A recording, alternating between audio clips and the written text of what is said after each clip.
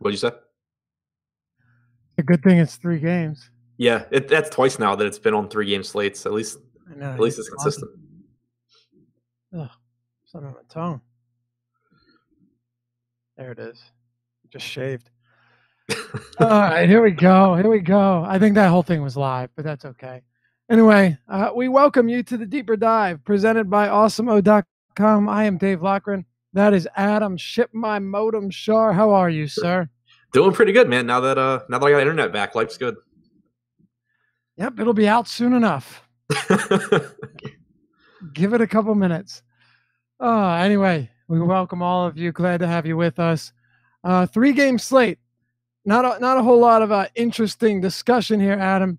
But at the same time, I'm looking at this and we do have some question marks here, right? You do have Kawhi Leonard, who playing the first end of a back-to-back. Will he play? We don't know. It's very likely that he does. Very likely that he doesn't. Who the hell knows?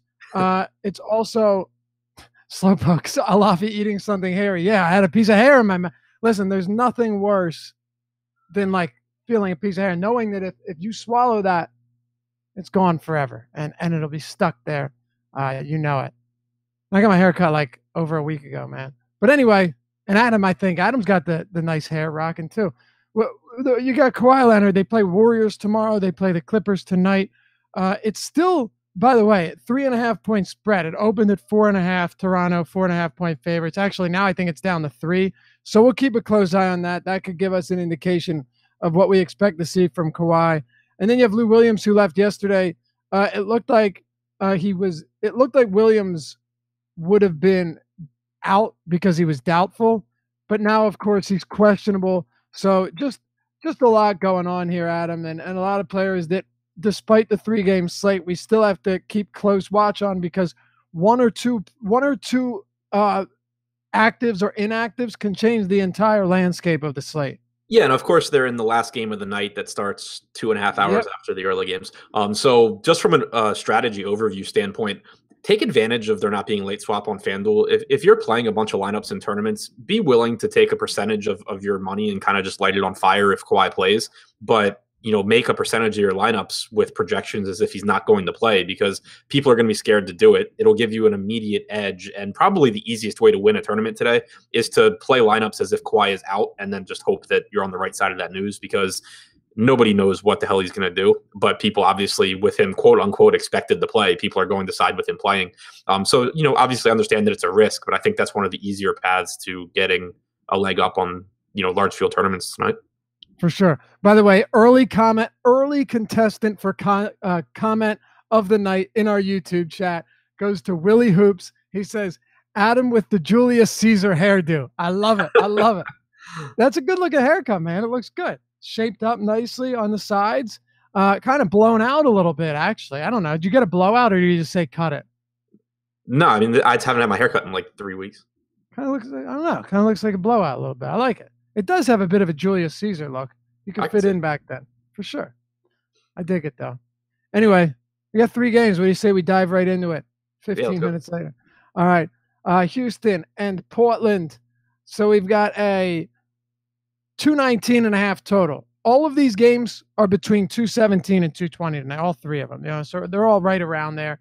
Rockets 6.5 point favorites, despite playing terrible basketball lately. They're 14th place in the Western Conference. They've looked like pure garbage. But the Blazers have not been all that much better, Adam. This is a Blazers team that it wasn't more than 2 weeks ago was first place in the conference. They looked really solid. They were winning games up there with the Clippers. The Clippers have fallen to 4th, even though they have the same amount of wins with the Thunder, who are in 1st, and one more loss. Seriously, if you just get a chance to look at the Western Conference standings, it's the biggest logjam you'll ever see. But the Rockets are one of only 2 teams in the entire conference that don't have at least 13 wins. And the Portland Trailblazers have fallen to 7th. They've lost 6 of their last 10. So I think this game stays competitive unless one team just totally stinks up the joint. What are we doing with James Harden? He's going to be projected higher than everyone else by a pretty wide margin. And then if Kawhi Leonard is out, it's even more of a thing where it's basically Harden at one tier, and then you fall down like 2 tiers until you get to the next closest guy. I just don't really know how to get away from him here. I looked at our ownership projections before the show, and we had him at like 37% on DraftKings, which was the highest on the slate, but not an egregious amount. But I mean, the price tag's reasonable on both sites, especially when you factor in that on FanDuel, you can obviously just punt a position and drop a guy. It's not that difficult to get to him there. At 10-7 on DraftKings, it's not difficult at all. And, we talk about it a lot on these shorter slates, that raw points matter more on these slates than they do on, full slates where you're comparing all these guys at the top. Like Harden is just going to be the highest scorer on the slate a very high percentage of the time here. And obviously that's important. So it's really difficult for me to get away from Harden. Then you factor in that, it's not a bad matchup here at all for Houston. Portland has really dropped off defensively over the last month or so, ranking, I believe 25th in defensive rating. I had the number in my article, but I think it was 25th, just ahead of the Rockets. It's a pace up spot for Houston, with Portland ranking 15th in pace over that span compared to Houston, who's dead last. And Harden still, getting his shots even with Chris Paul back. So there's just really nothing for me to dislike here. It's really hard to not get to James Harden. Yeah, I think it's less for me about really liking him and more about not liking anyone else. If that makes sense. It's not to say that I don't like Harden here. I think he's fine, but I'm definitely not in love with him here. It's just who else am I going? Like if I don't roster Harden, where am I allocating that to? Especially if Kawhi's out. Like what? I don't know. Where is that going? No, I mean, I agree with you completely, because there's not a lot of good value on the slate, but there's also not a particularly good mid-range. And you have Dame Lillard, who is one of the few guys who probably could rival Harden for most raw points on the slate, but he's not even that much cheaper. So you're not really getting anything other than a lower owned player who is nowhere near as productive from a fantasy standpoint. Like if you get off of Harden, I agree with you. Like what's it buy you? It gets you from a not very good point guard to Kyle Lowry, who sucks when Kawhi plays. It's just like marginal upgrades while sacrificing the best raw point play on the slate. Right. Exactly. It's just, even the balanced build doesn't seem to make all that much sense. So I'm with you. But again, it comes down more to me liking Harden, disliking Harden less than I like other players. That's the best way to put it. Yeah, I mean, to put it in the context, on DraftKings, I have Harden projected for like 59 fantasy points, which at 10-7 is fine. But if it were a 9-game slate, I probably wouldn't be, too excited to get him in the lineups, because there would be so many mid-range options with 50-point upside, but they just don't exist on this slate. So that makes him really valuable. I tell you what, these guys can't handle the no hats. Both of us, they can't handle it. It is kind of funny because people accused us of making sure we look alike before shows, and then we both show up with that. It was not coordinated. It was definitely not coordinated at all. But hey, we move on, and I digress. Outside of James Harden, Chris Paul, who, I mean, he really just has not been good lately, right? Even on a per minute basis this year, he got off to a decent start. But now on the season, you're talking about a guy who's got 1.14 fantasy points per minute. Is that terrible? No, it's not terrible if you're like, I don't know, Jeff Teague or someone. It's pretty all right, Elfrid Payton. But for Chris Paul, you're expecting more than that on a per minute basis, even playing alongside Harden. And I'm curious to know if this is something you've looked into. I haven't looked into it much lately, and the reason is I haven't had any interest in playing him. But last year, we know for a fact that D'Antoni made a concerted effort to stagger their minutes quite a bit. Like, I won't say 50-50 per game, like 50% playing with each other on and 50% with each other off, but he'd stagger them to the point where you would see a whole lot of run with Paul on and Harden off, and vice versa. This year, Paul and Harden have played, 732 minutes together. Chris Paul with Harden off has played, right now, Adam, with Harden off, he has played, if it loads for me, probably necessary for it to load, of course. Now it doesn't want to load. Here we go. Or that was possessions. So 303 minutes with Harden off. 303 minutes with Harden off. I think I was looking at possessions, so please excuse me on that one. And Just rambling at this point, but 303 with Paul on, Harden off, and 375 with Harden on with Chris Paul. So that's almost split in half, dude. And he's still not really doing all that much. Yeah, I mean, they're still staggering his minutes like always. Every minute that James Harden isn't on the floor, Chris Paul is. Right. The problem is that in competitive games, you're going to get around 38 minutes out of James Harden. So you're still talking about, 10, maybe 12 minutes that Chris Paul's out there without Harden. But a couple of, at least, I guess, good signs that are from the last two games. Paul has a 28.1% usage rate 2 games ago, 27.9 last game. Not to say that that's indicative of what's going to happen tonight, but at least we saw games where Paul was actually, posting high usage rates, and so was James Harden. So, that's good to see at least. And I think Paul's price tag is just pretty cheap for the minutes that he should play in this game and for the matchup that he has, to where I haven't been playing him a lot either, but I do like him. I like him more than Kyle Lowry, assuming that Kawhi is in. If Kawhi's out, I like Lowry more. But assuming Kawhi's in, I like him quite a bit more than Lowry. And I really don't mind having both of Harden and Paul on a team, and then, just probably running it back with one of the Blazers. Yeah, I get it. It's pretty crazy, though. Chris Paul with Harden off the court this year. Listen to these numbers. 30% usage rate, 53% assist rate, and 1.43 fantasy points per minute. With him on the court, Chris Paul has a 19% usage rate, an assist rate of 28%, and 0.87 fantasy points per minute. So I think the most insane. Yeah, it's crazy. And the way I think to put it in the context for this slate is that so you just heard the numbers that we have from Chris Paul. If you look at Kyle Lowry with and without Kawhi, you get about a 24% usage rate, and going off memory, I think it's 1.3 fantasy points per minute for Lowry.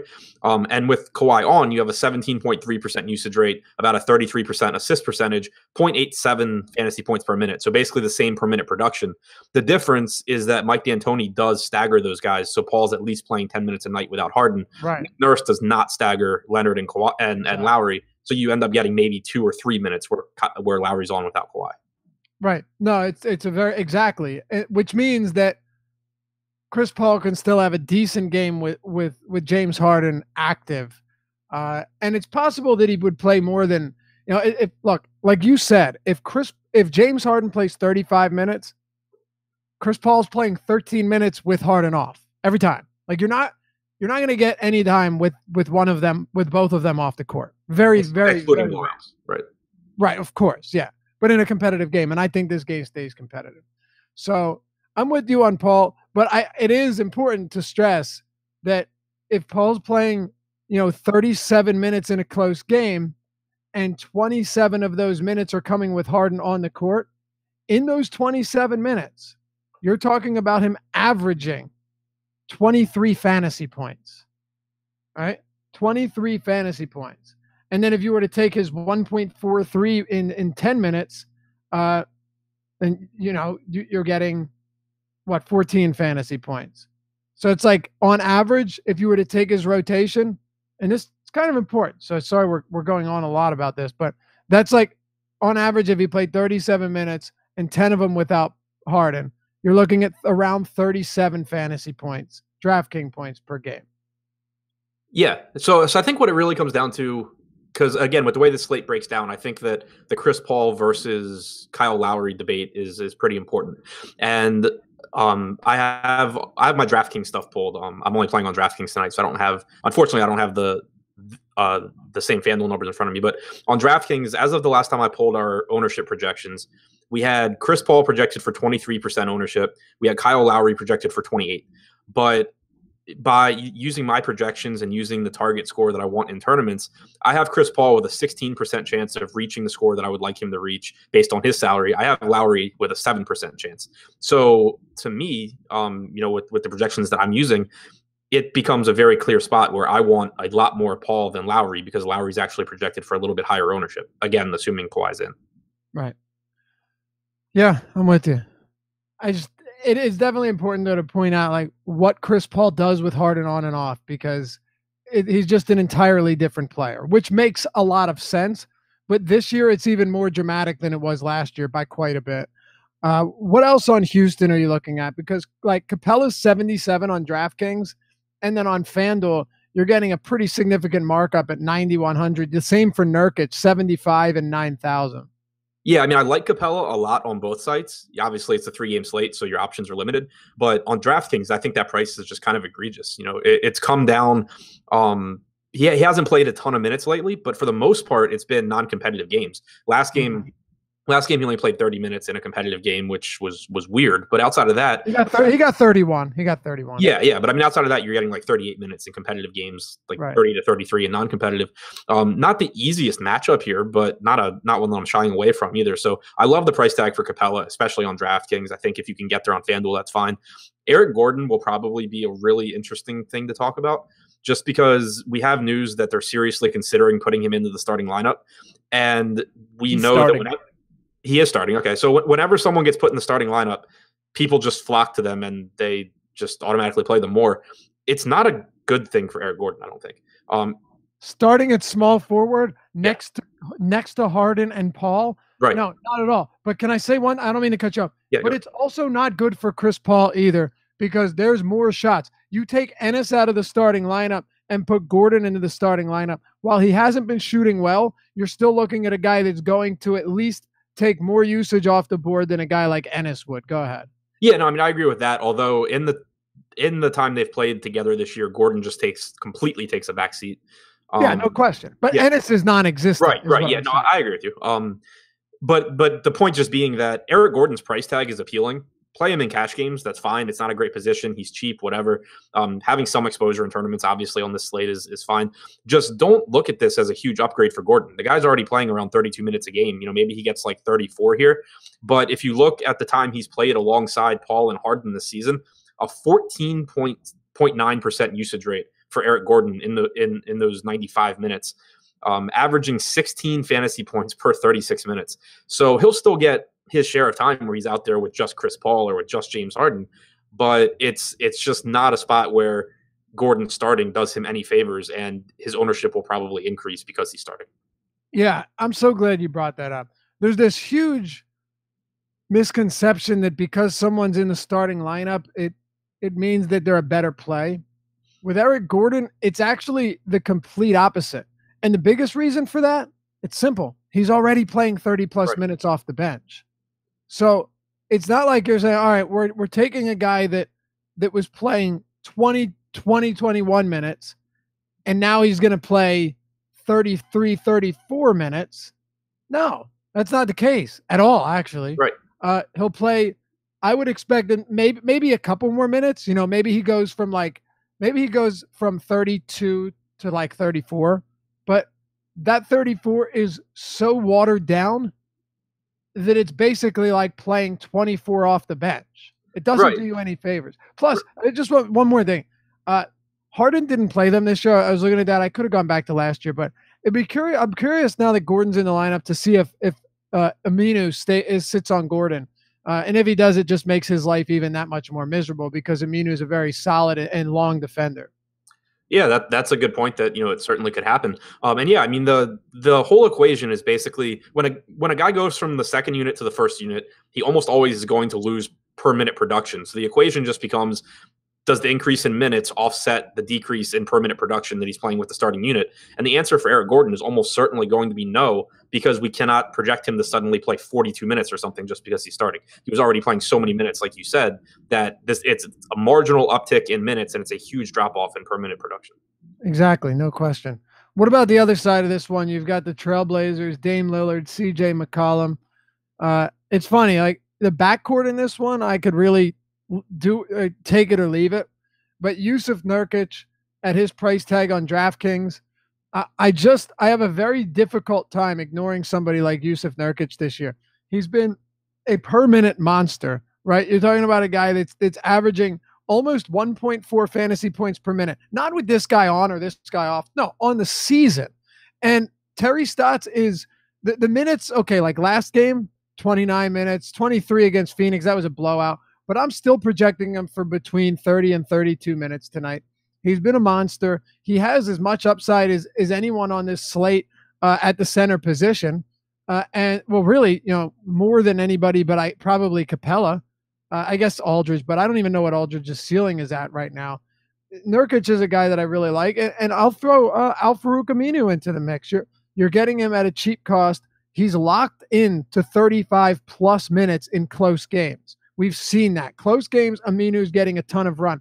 They're absolutely going to need his defense tonight. That'll be a priority.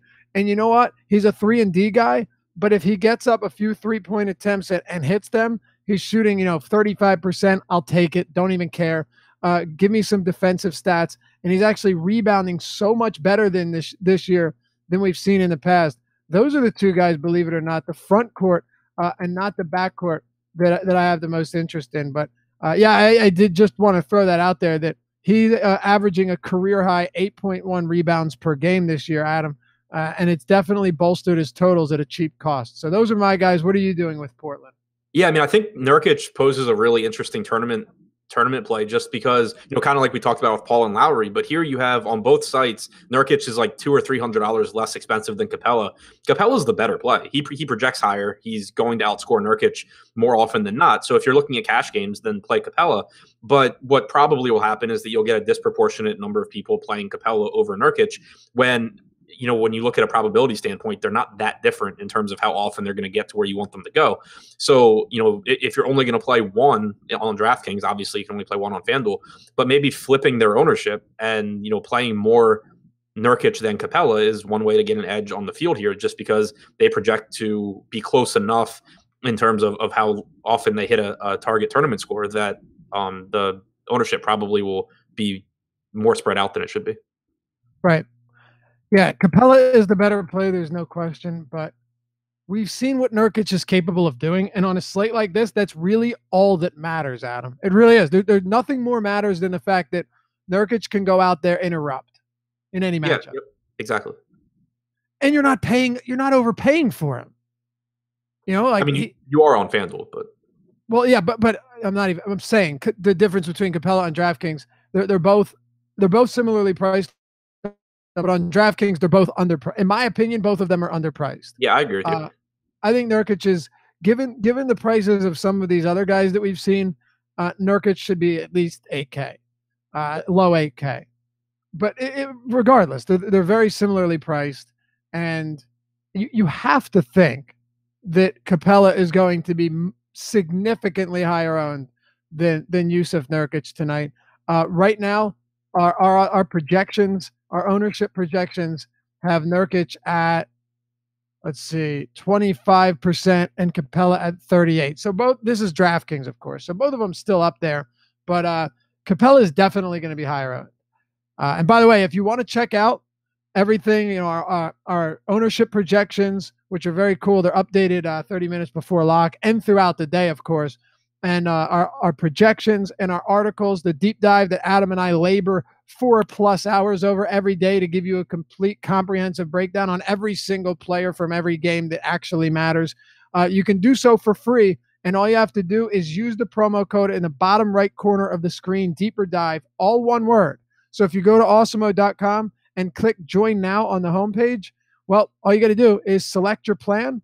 And when you check out, you can check out Fantasy Cruncher or Slack, everything for free for the week. So select your plan. And when you check out, you'll be prompted to enter the promo code. That is Deeper Dive, one word. And you get a free week of everything behind paywall. So you can test the waters before you swim. That's how we do it here. And we hope you stick around. But definitely try it out first. What else for Portland before we move on? Anything?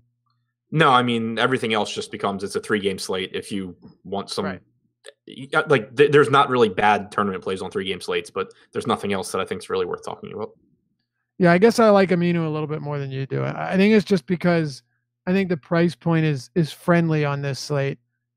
He's not somebody that he's not a high upside guy, but he's also not someone that goes out there and just kills you at that price all that often either. Yeah, which is why I'm with you. I think that he's fine. Like I think he's been overperforming lately, but I still think that the price tag with the minutes he should play here, he's fine. He has, but you know what? If Aminu gives you like 27 on this slate, at that price, it's probably not going to kill you unless someone goes nuclear that we're not expecting. But as of now, that doesn't seem to be the case. And again, Aminu at 63 on FanDuel is a whole lot different than Aminu at 4,700 on DraftKings. Oh yeah, no. All right, yeah. Actually, everyone from Portland seems overpriced on FanDuel and not on DraftKings, but it is what it is. Even Lillard's up to 10-2 there, where he's 97. I guess that's pretty similar. But outside of that, big discrepancies. If you guys had any questions in Slack or in chat and YouTube, feel free to throw them out there. And I know chat's moving fast, but I'll try my best to answer them for you. You can always tweet us as well. Our handles are under our faces, or hit us up in Slack chat if you're a member. You know that we'll get to you and answer any questions you have.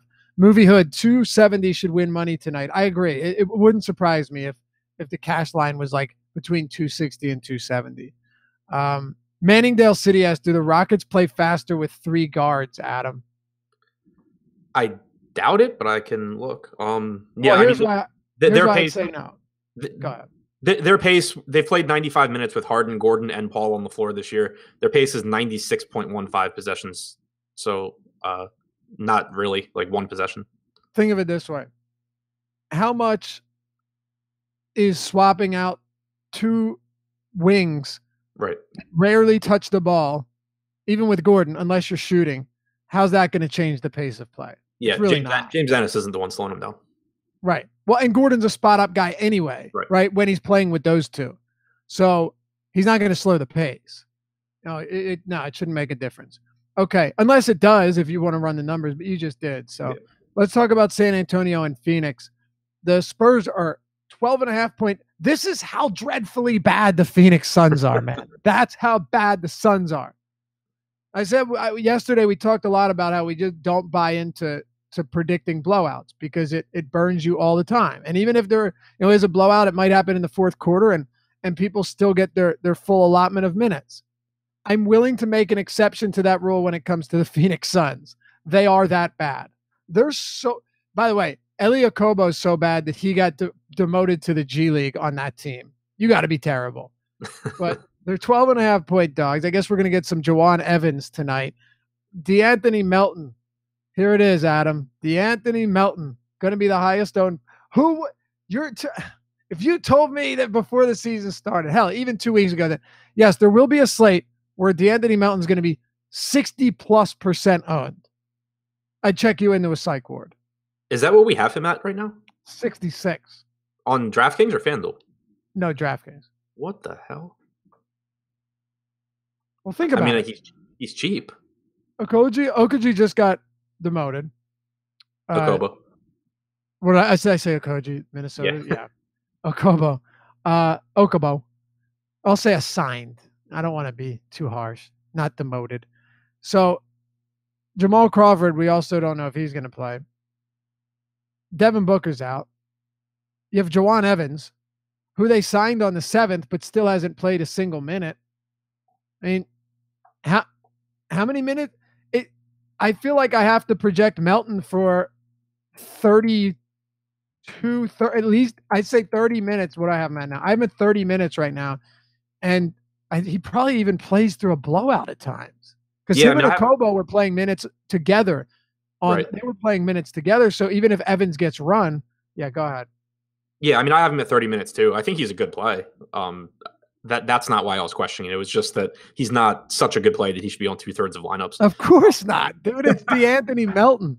Right. I mean, for context, again, I'm just looking at the DraftKings numbers that I run, where I try and figure out, using my projections, the probability of them reaching the tournament score that I want. Then I go through and try and create ownership caps. I have Melton on DraftKings at 4,300 as being someone that I wouldn't want in more than like a third of my lineup. So if he's coming in that high, I can tell you I'm going to be underweight. Yeah, I agree. Trip Beatty says Tucker's not a bad cash play. No, I don't disagree with that. I mean, look, if the guy's going to play like 40 minutes in a close game, then you could do worse. Hopefully he gives you like 25, 30 fantasy points and has one of those games, because he can play 40 minutes and give you 15 as well. But it's a garbage slate. So 38 minutes on a bad slate is 38 minutes on a bad slate. Exactly. So I think that's a pretty reasonable comment. outside of Melton, who we don't even really need to get into. It's basically he's cheap. They just assigned, Okubo to G League. They have Jajuan Evans. We don't know if Crawford's going to play. So, I mean, yes, there's a very good chance that he plays more than 30 minutes here. And while the Spurs are 12.5-point favorites, this is still a team and a defense that doesn't even remotely resemble the same San Antonio Spurs team that we've seen in the past. As a matter of fact, they're allowing a top 10 efficiency to opposing point guards this season. So not the greatest team. So you do it, Melton, as you will. If you want to, quote unquote, play it safe, go ahead. But if Melton goes out there and Kokoskov says, like, you know what, this dude stinks too, get him off the court, and you see Jajuan Evans play 28 minutes, you're going to be sitting real pretty. But who knows? Evans hasn't even played since he's joined the team. So it's a total shit show there, Adam. Yeah, and I mean, I think that one of the points you made about Melton playing through the blowouts and everything is a really good one, and I mentioned it in the deep dive article today as well. Even if it's not Evans, the backup here is. What'd you say? Say great minds think alike. Go ahead. Oh yeah. The backup here is going to be some combination of Evans, Troy Daniels, Jamal Crawford. Like there's not a backup point guard that the Suns would benefit from ever giving more minutes to than Melton here. So the minutes should be pretty safe no matter who it is. And if he does play over 30 minutes, obviously it becomes a much more appealing play. So yeah, Melton's great. I wish that I liked other guys on the Suns, because on short slates, I love game stacking games with double-digit totals like this, especially with two bad defenses. Yeah, just because people will shy away from it, and there's certainly a chance that it just shoots out. But it's like, where do you even go to from the Phoenix side? Ayton's fine, Ariza's fine. Warren was on pace to play like 30 minutes before he got ejected last night, so I assume he plays at least 30 here, but just nothing that I'm super confident in. So really just tournament shots on those guys. Troy Daniels is fine at a really cheap price tag. But outside of Melton, nothing that I think I'll end up with a whole lot of. Yeah, Troy Daniels, from a playing time standpoint, he's played 32 minutes in back-to-back games. I guess that's cool. I guess that's all right. The thing actually that does make it a little bit appealing when it comes to Troy Daniels, because the guy's not a good basketball player. But once again, as you put it, 3-game slate doesn't really matter. The one thing that stands out is he did play 32 minutes last night, and that was a game that was pretty competitive. No team had more than a 10-point lead throughout the entire game. Actually, the Suns led by 10 points halfway through the fourth quarter. And yes, of course, they managed to blow that in overtime. But if you look at the minutes, Troy Daniels did play, keep this in mind, 3 minutes and 16 seconds in overtime. His first half rotation was 140 in the first quarter, and then 10-16 in the second. So he played 12 minutes in the first half, and then in the second half he played 8, 9, 10, 11, 12, 15 straight minutes, and then 2.5 minutes in there while Josh Jackson got a brief respite and then came back in to close out regulation. So I don't feel comfortable putting Troy Daniels at 32 minutes, Adam. I would personally feel okay putting him around 24, 25, but it also depends on whether or not Jamal Crawford plays. Right. If I assume that Crawford's out and Evans is in, I have Daniels at about 24 minutes. I don't think we can take a whole lot from his minute total yesterday because, as you said, he picked up a few in overtime. But in the second half, like TJ Warren was ejected right before halftime.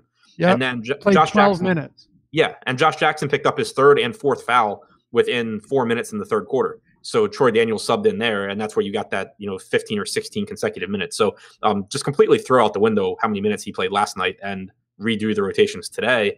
And if Crawford's out, I think you get about 24 from Daniels. Right. And with Daniels in a game prior to that, he played 12 and a half minutes in the first half.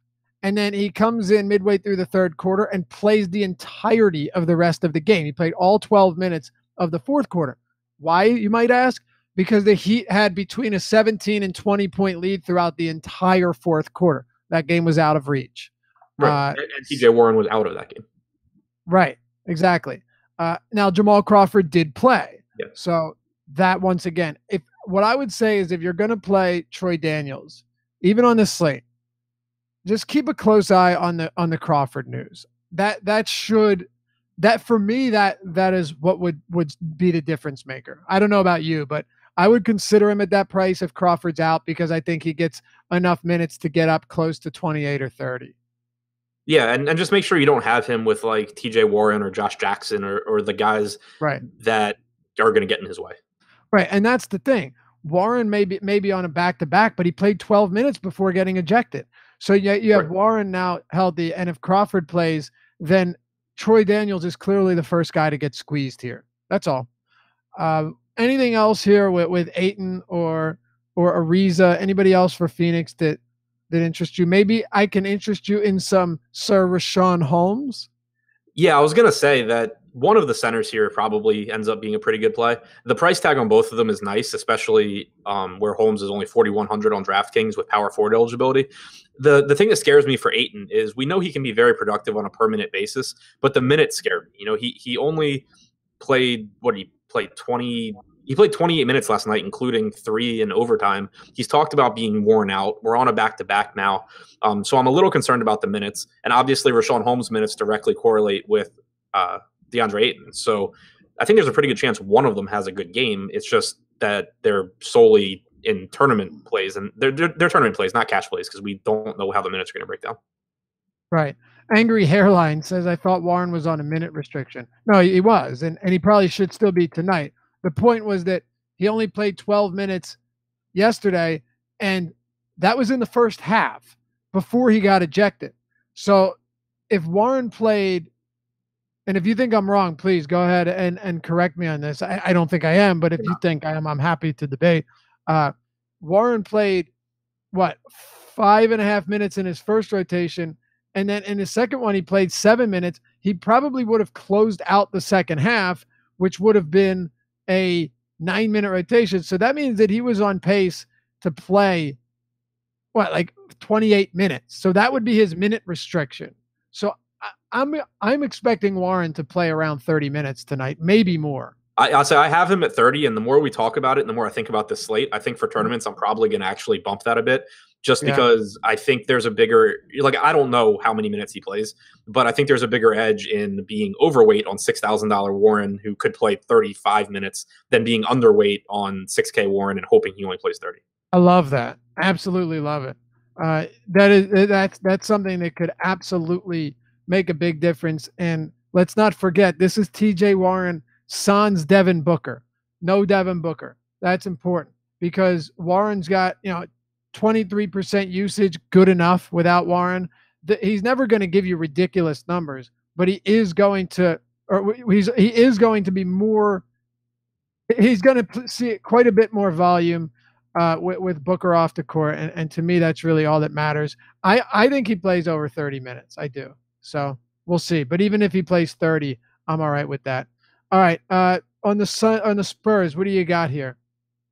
Really good matchup for him, obviously. LaMarcus Aldridge, I absolutely love on either site. Like, power forward's just a really bad position today.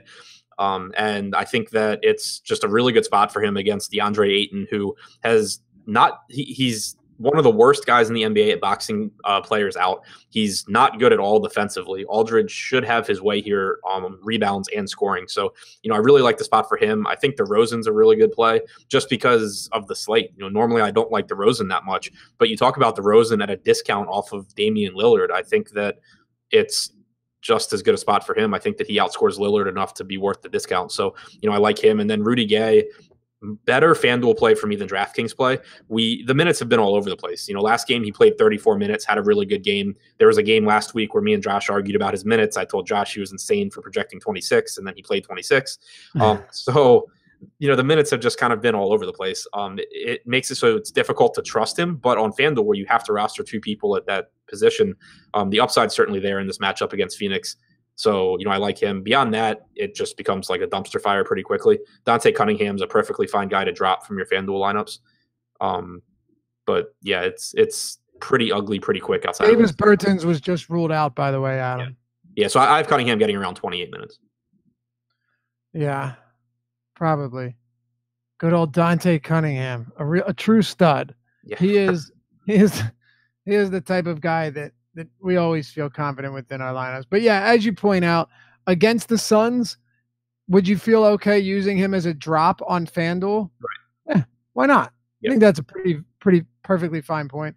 Also, quickly, I was just going to say that if you're playing a bunch of tournament lineups, don't be afraid to rotate through guys like Patty Mills, Bryn Forbes, and Bellinelli, who are all between $3,500 and $4,000 on DraftKings. Right. It's obviously a great matchup for them, and one of them probably has a pretty decent game. Just quickly, where are you coming down ultimately in the end on Aldridge? Because his price is pretty cheap, but he just hasn't been good. I love Aldridge. He's my favorite play from this team. Okay, yeah, I'm talking like in terms of ownership or exposure. You're okay just going like clearly overweight on Aldridge, right? Actually, I lost my crunch, so I didn't think I could tell you. But in my dummy crunch that I have in Excel right now, I ended up with 79% Aldridge on DraftKings. All right, Dante says, "Are you not concerned with blowout possibility, Aldridge? But really, in 3 games, how not really worry about a blowout again? Like I said, yes, when it comes to the Suns." I absolutely am worried about something like that. They're the one team that I say they are so bad that that everything could go to hell. But with 3 games, I guess you have to pull the trigger somewhere. So either you fade them and you hope that they do blow them out and just destroy them, or you hope that even when they blow them out, Aldridge has a good game. It's 3 games. You don't have many alternatives. It's 3 games, and he's just underpriced. I mean, if this game blows out, it means that one of Aldridge, DeRozan, or Gay had a good game. There's not really any other way the Spurs score points. And Aldridge is just underpriced to where even if he plays like 28 minutes, he probably scores like 40 fantasy points. Right. All right. Last game suck defensively, so it's not like a blowout. It's a foregone conclusion. I agree.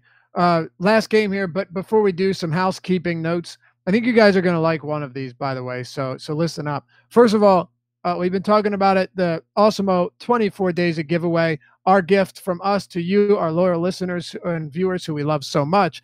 Up until from now and started last week until Christmas Eve, we are giving away free packages each and every day to one lucky winner who will be randomly drawn each day. And the greatest thing is you can enter yourself as many times as you want. Live before lock, deeper dive, early bird, the strategy show. All you have to do is like the video, and when it's done, comment beneath. Comment whatever you'd like. How about tonight we comment on who's going to be the player that absolutely destroys our lineups and ruins this 3-game slate? Get it in before the slate locks. I'm sure we'll have some fun answers. Like the video, comment beneath, and you become eligible to win. This week, it is a package or actually a subscription on Awesemo of any sport of your choosing, whether you want it to be rest of season, football, basketball, golf, you name it, you got it. And then on the 24th, on Christmas Eve, we're going to be giving away a premium all access annual membership worth around $700 to a random winner. And that's pretty cool. Calendar year, 365 days of free content, everything behind paywall. And we definitely want you guys to enter because we definitely want you guys to win. It's our gift from us to you at Awesemo. All you got to do is like and comment down below once the video ends. One more thing here. And this is the one I was talking about because it's actually really cool. You hear a lot of promos. None of them are really that great from places everywhere. Ours are pretty good, though. And this one's pretty awesome. So if you haven't joined Yahoo yet, and I honestly haven't really played there much, but I'm playing there this week. And here's why. This week, they're doing the Yahoo $1 Million Baller. And it's for week 15 NFL. It's a $1 million prize pool with $250,000 in guaranteed overlay. I'm not making this up. It's ridiculous. And a 10 entry max. So you're not getting 150 entries. So you have a realistic shot, a legitimate shot to get a chance at winning something big without fighting against the MME guys, the max entry guys. So if you want to do this, it's $1 million total prize pool, and there's $250,000, not guaranteed, but guaranteed overlay. I don't know why they're doing it, but they are. All you have to do is sign up at sports.yahoo, sports.yahoo.com/daily or sports.yahoo.com/dailyfantasy. It's sports.yahoo.com/dailyfantasy /dailyfantasy, and use the promo code AWESOMO when you sign up. You will get $30 back on any deposit of $30 or more. So not only do you get to enter this, but you get $30 back on any deposit of $30 or more. All you got to do is go to sports.yahoo.com/dailyfantasy and use the promo code AWESOMO. Hopefully one of you guys takes it down. All right, Adam, let's close it out here. Live before lock coming up after this. Clippers and Toronto. Kawhi Leonard, questionable to play. Just tell me how you're breaking down the Raptors team with and without him, because that's all that matters at this point. Yeah, I mean, if he's in, I like Kawhi. I don't like anyone else a ton. Ibaka I think's fine. Siakam's fine.